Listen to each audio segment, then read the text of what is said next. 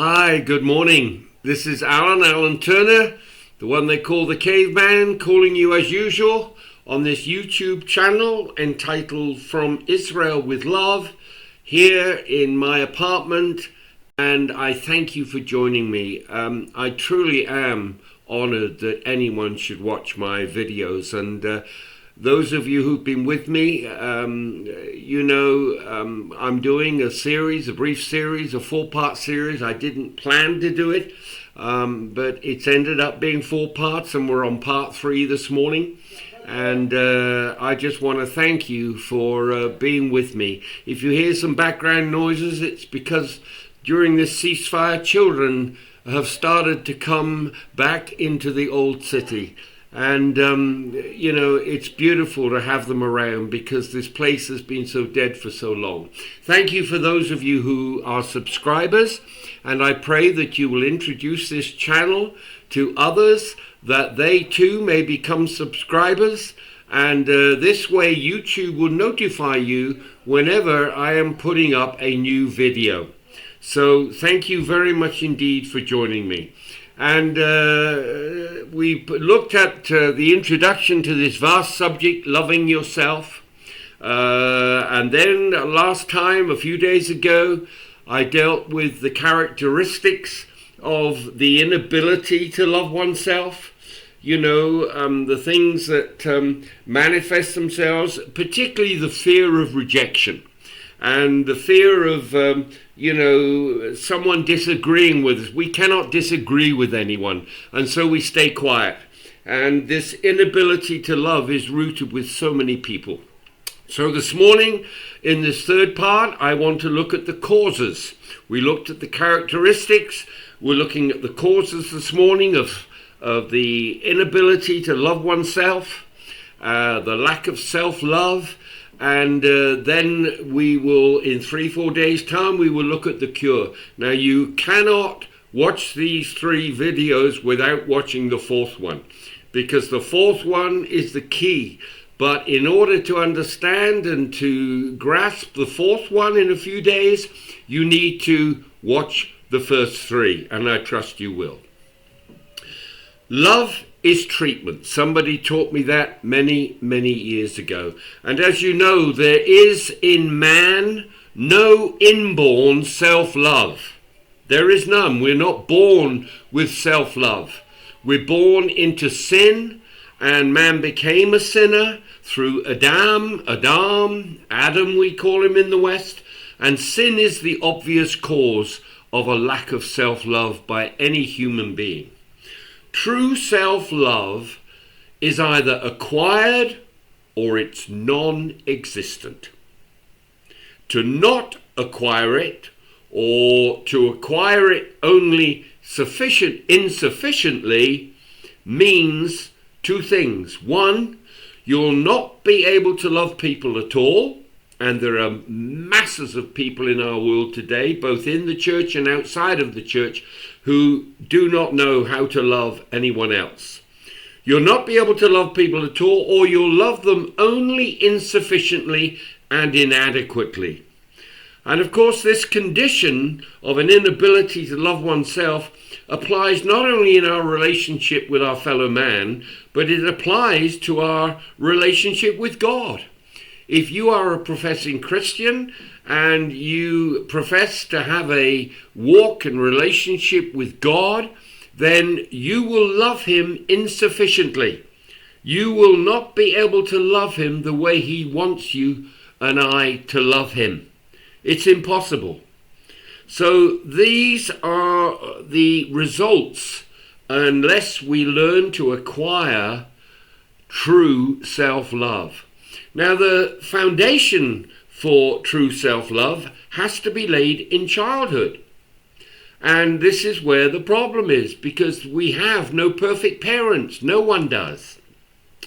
But I want to say, not only is it a problem rooted in childhood, but when we become adults, adults also need affirmation and acceptance. And in my role as a pastor, I have counseled many marital situations where, affirmation and acceptance, or the lack of, I should say, is the reason why they're going through marital problems. None of us were born to perfect parents, none of us. Now, what are the causes of this inability to love oneself? Well, as I say, it really is rooted in childhood. Let me give you just two or three. One, when affirmation of a child by a parent is withheld in childhood, it creates a person, that child, when he or she becomes an adult, who can only love out of duty. And when you love someone out of duty, because you have to, or because you're married and you must, and that's the way it is, that person will torture not only other people, but himself or herself. When affirmation is withheld in childhood. I went through this as a child. I'll share a bit more later. And when praise is withheld from a child, it is often because the parent thinks that if I praise my child's going to grow up very proud, and I don't want a proud child. Well, I got one English slang word for that. Probably it's Irish. Baloney. Baloney. That's nonsense. Children need to be affirmed. And even as adults, I usually use a dictum that says this: in adulthood, women need to be loved and men need to be admired. And these two facets are lacking so much in marriages today. A woman needs to be loved. Men, are you listening? And men need to be admired. Women, are you listening? So when affirmation is withheld in childhood, that's one of the major causes of an inability to love oneself. Secondly, the absence of expressed love, whether it's verbal, emotional, or physical. I went through this as a child. This might shock you, but in the 18 years I lived under the same roof as my parents, I never remember my father or mother ever hugging me once. Not once. Not only that, I never saw them hug each other. And I never saw them, except when my dad had had a couple of drinks, and he wasn't a big drinker, saying, I love you. It was absence, the absence of expressed love. And I think that in my parents' situation, it was the aftermath of the Victorian era. And the Victorian era taught, sadly, very sadly and tragically, that it was beneath a person's dignity to express emotion. Well, that's baloney. And it's no thanks that the pendulum has swung the other way today, and it's no thanks whatsoever to Hollywood and to television. Thirdly, cause of an inability to love oneself is the absence of true discipline. Even parents, not only parents, but school teachers also hit out in anger. I remember once being caned for the only reason that I, as the top English student in the class, failed an exam once miserably and only got about 30%. I failed. Well, guess what? The English teacher gave me the cane. Now I ask you, that's anger. I saw it in teachers. Teachers who had anger manifested it. Teachers who didn't also manifested patience. And when you discipline a child in anger, you create in the child a fear of punishment. And the fear of punishment means that the child lies to avoid punishment. No parental discipline should ever be administered to children without giving accompanying hugs. I remember when my son came home from the shops one day at 13, and he came to the front door, and I answered the door, and there he was standing with a policeman. Why? Because he had stolen some candy, just a couple of little pieces of candy from a shop, and he got caught.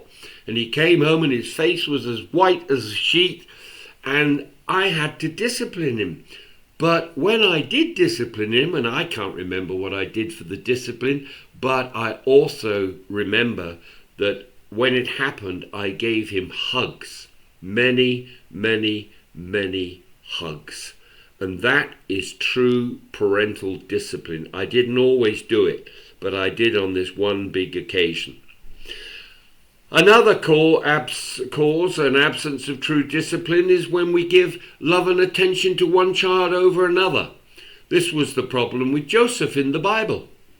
You know, Joseph in the Bible was loved by his father Jacob, and his brothers, his 11 brothers, rejected him, as you know, and they ended up throwing him in a pit because the father had done something very wrong as a father. He had loved one child above the others. It's easy to do as a parent. I know, I've been a parent.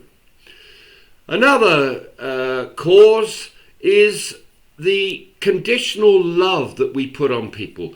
The rewards are only given on the basis of performance. You know, I believe that self-acceptance is the root of all things. I must agree to be the person who I am. I must agree to have the qualifications I have. And I also must agree, and this is a very important one, to live within the limitations set for me.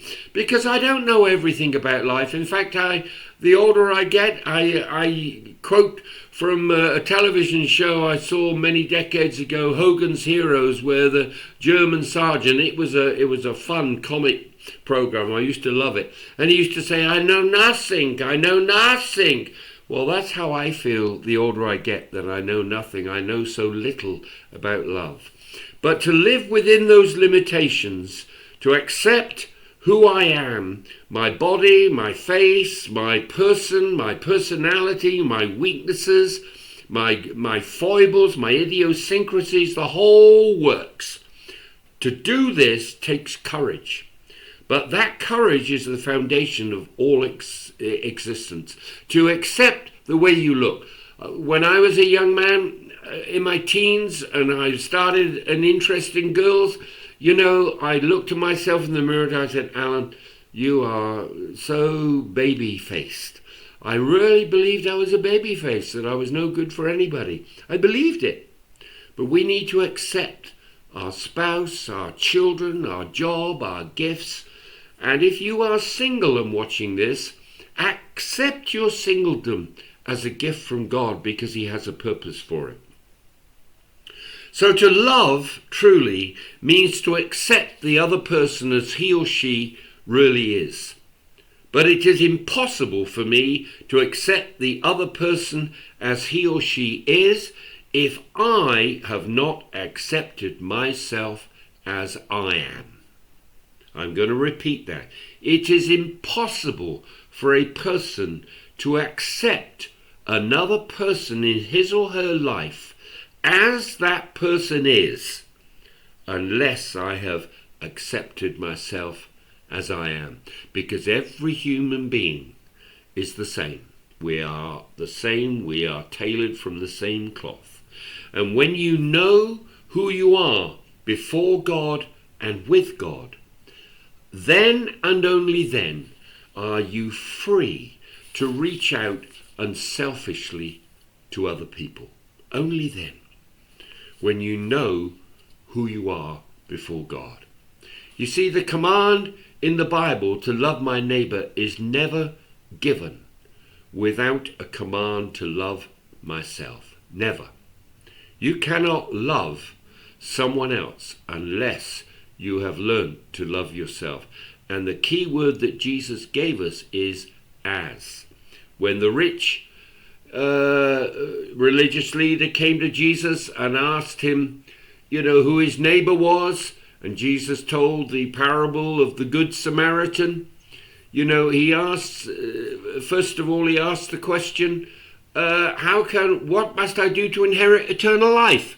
And Jesus said to him, what does it say in the scriptures? And he said to love the Lord your God with all your heart, with all your soul, with all your mind, with all your strength, and your neighbor as yourself. And it's the key word as that we're going to look at on Tuesday. I think Tuesday I'll do the last video on this subject of loving yourself. It's that word "as" that is key, and I want to talk about it a little bit as we conclude this 4-part video on Tuesday, because you see, to love ourselves is Jesus' measuring stick for loving others. I'm going to close with this because time is up. I've got the big clock here and I have to watch it for your sake, so that you're not, I don't give you too much. But to love ourselves, for me, Alan, to love Alan is Jesus' measuring stick for loving others. I cannot love another human being on the planet until and unless I love myself as I am, as God has made me, and above all as God has redeemed me through the blood and finished work of Yeshua HaMashiach, Jesus the Messiah, upon the cross. And we're going to look at this as we conclude this 4-part series on Tuesday, when I deal with the cure. We've dealt with the cause, we've dealt with the characteristics, and on Tuesday we'll deal with the cure, and that will be a 4-part video finished. Please do subscribe to this YouTube channel under my name, Alan Turner. Very simple. And I look forward to having you with me on Tuesday. You won't want to miss it, because really it's the summation of the other 3 videos I've done, and this is part 3. And I thank you once again for graciously viewing this video. May God use it to bless you and to bless others. Please share this channel with your friends and neighbors and people in your church, and may the family grow, and I look forward to seeing you next time. Until next time, God bless and shalom.